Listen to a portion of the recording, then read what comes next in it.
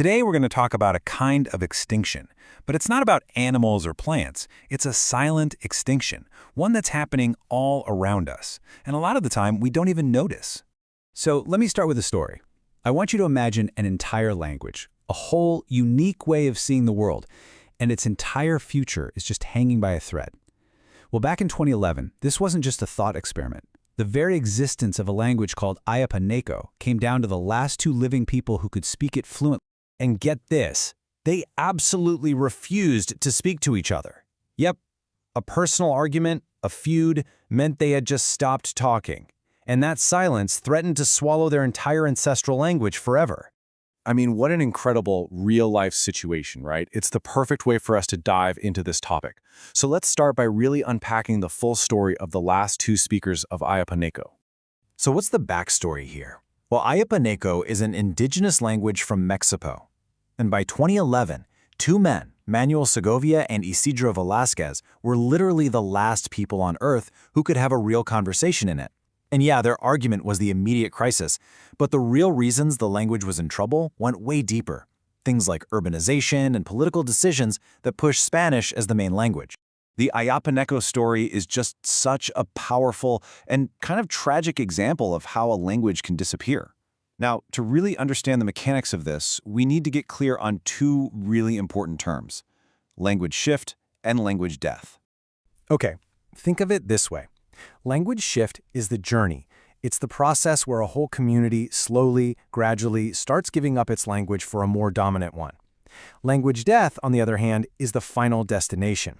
It's that irreversible moment when the very last speaker is gone and the language just vanishes from the world as a living thing. And this is not a new thing. History is just filled with these final quiet moments. In 1777, when Dolly Pentreath passed away, that was the end of Cornish as a living language. In 1974, it was Ned Madrell for the Manx language. And even as recently as 1992, a man named Tevik Esench spoke the very last words of Ubik.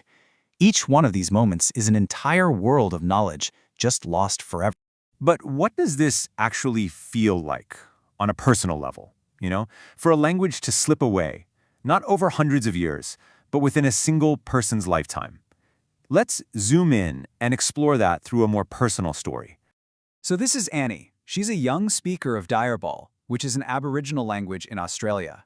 And her story, her experience, gives us this really intimate look at how language erosion actually happens to a person right now.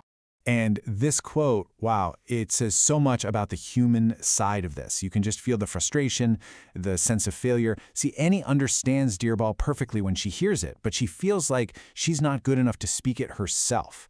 And that feeling is only made worse by her own grandmother. I mean, that is a heavy, heavy burden for a young person to carry. And this erosion, it happens in stages.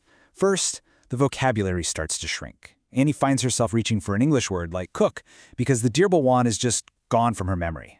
Then, the grammar starts to get simpler. Those complex noun endings get all mixed up. And then finally, over time, her overall fluency just fades. It's this gradual personal loss. And as this is happening to individuals like Annie, the language itself starts to retreat. It pulls back from different parts of life. First, it disappears from public spaces. You don't hear it in schools or shops or on the news. Then it shrinks even further, becoming something that's only spoken inside the home.